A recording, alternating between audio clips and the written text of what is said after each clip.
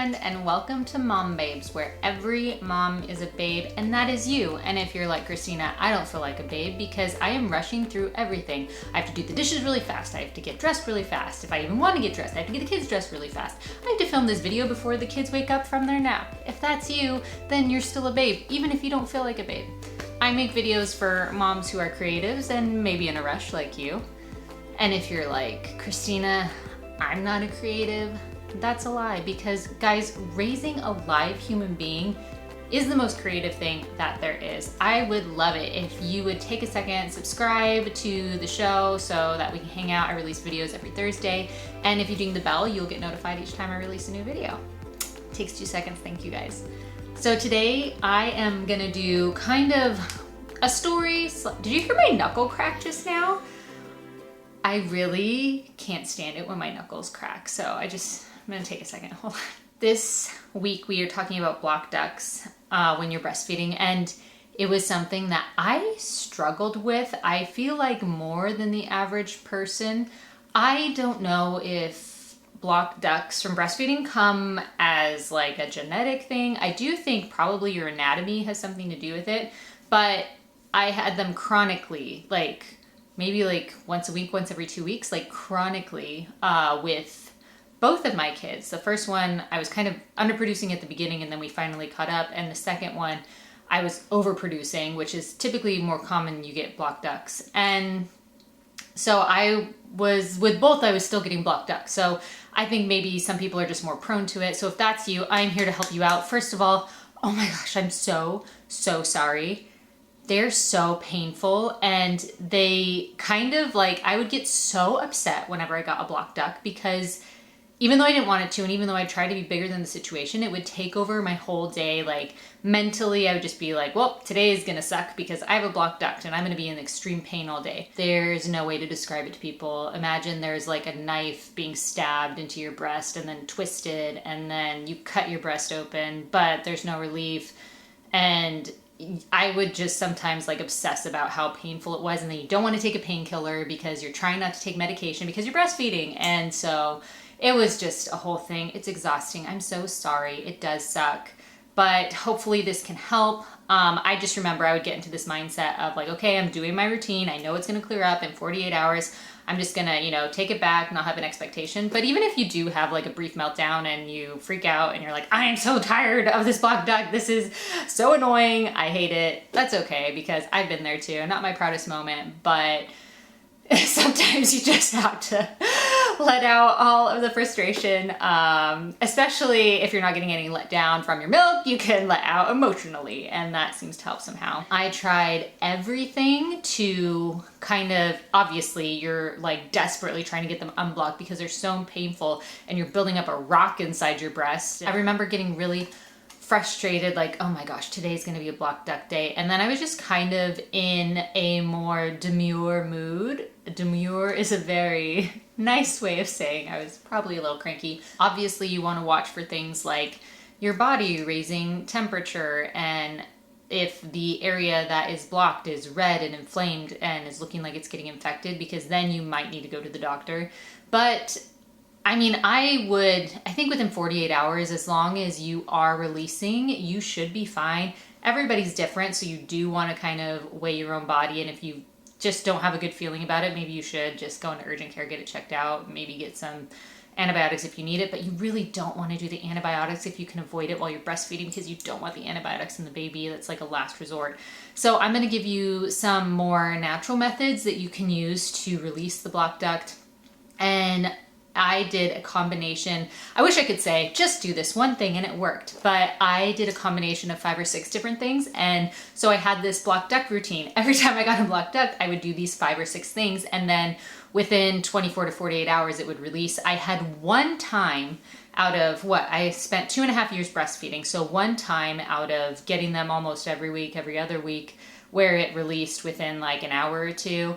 So for me, most of the time it was over time. Like it seemed like it would release a little and a little and a little and a little until it kind of evened out. Hopefully for you, it does go faster and you have immediate release. If it does take longer, just know that that's normal, that there's nothing wrong with you. You are okay. within that 48 hours, as long as you are releasing a little, it should clear up within that time. And here are the tips for how to clear it up. The first thing I would do is a hot compress. So I had bought this little silicone, like C-shaped half circle thing that you put in the microwave, and then you put it inside a sleeve of cloth, and then you would put that as a hot compress. So you do want to get some kind of hot compress on there, even if you don't have a specific one. It's worth the investment if you get them chronically, but it will help kind of loosen it. The other thing you can do is lay face down in a hot searing bath, which I did multiple times, or take a really hot shower and just target that area with the shower nozzle. The other thing that I did was I got a massager to kind of massage the area, move it all around, break up, hopefully, whatever is blocking the duct. Usually, especially if you have engorgement, it's that it's all in one place, it's over full, some of it is crystallized, so you want to get it moving. So the massager combined with the hot compress, combined with the hot shower or hot bath, combined with getting your baby's actual mouth on the blocked duct as much as possible.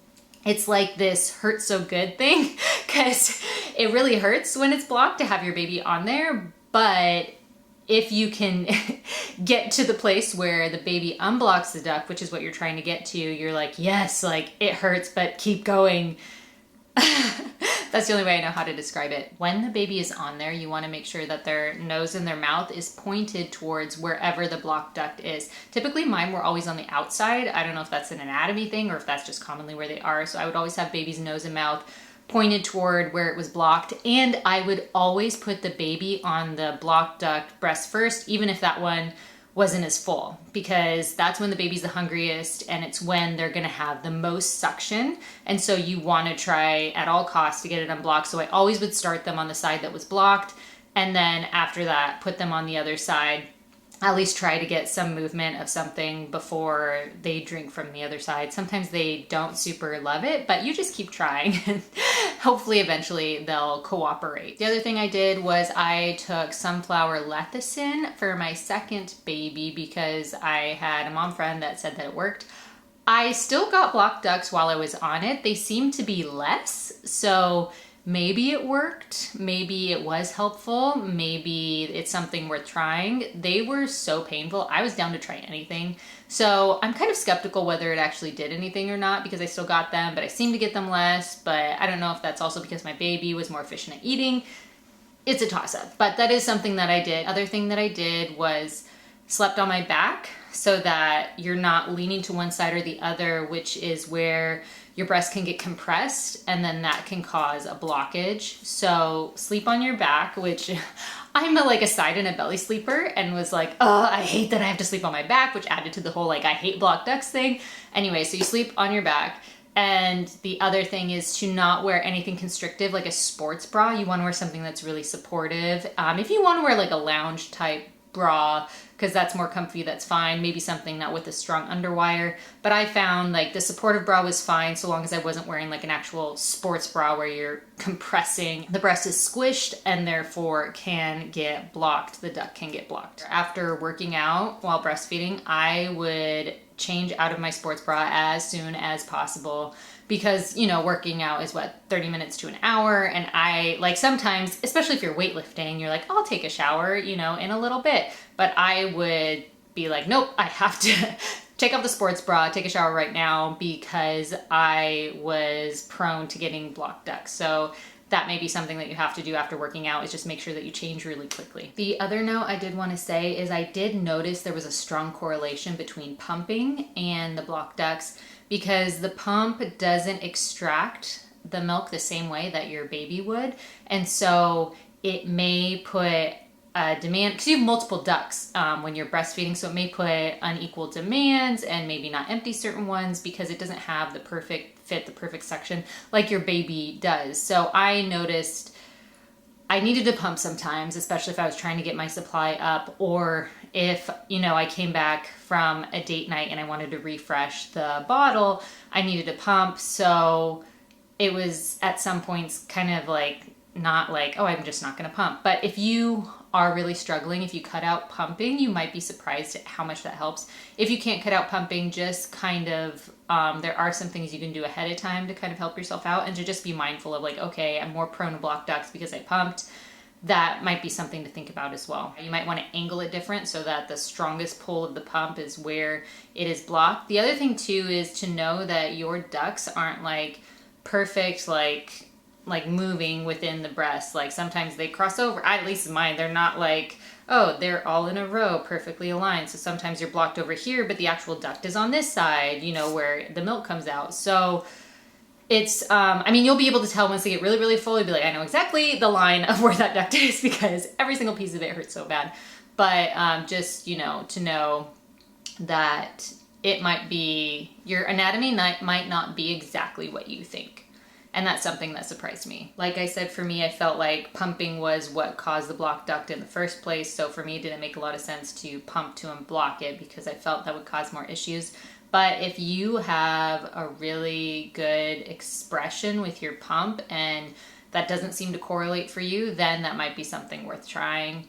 I would proceed with caution though, but like I said, when you're in that moment, you're so desperate, you will try anything. You can try to hand express, but I never found that to be quite helpful. I always wanted, you know, something more. The thing that you really want to avoid with blocked ducts is getting so bad that it gets mastitis, which is an infection in your breast, and then you have to go on antibiotics. It's super, super not fun. So that's what I'm trying to help you prevent, and we're going to try to do it the natural way first. So I would do those things, and then I would notice over time, over the 24 to 48 hours, that the area that was rock hard would become smaller and smaller and smaller and smaller, and eventually it would go away.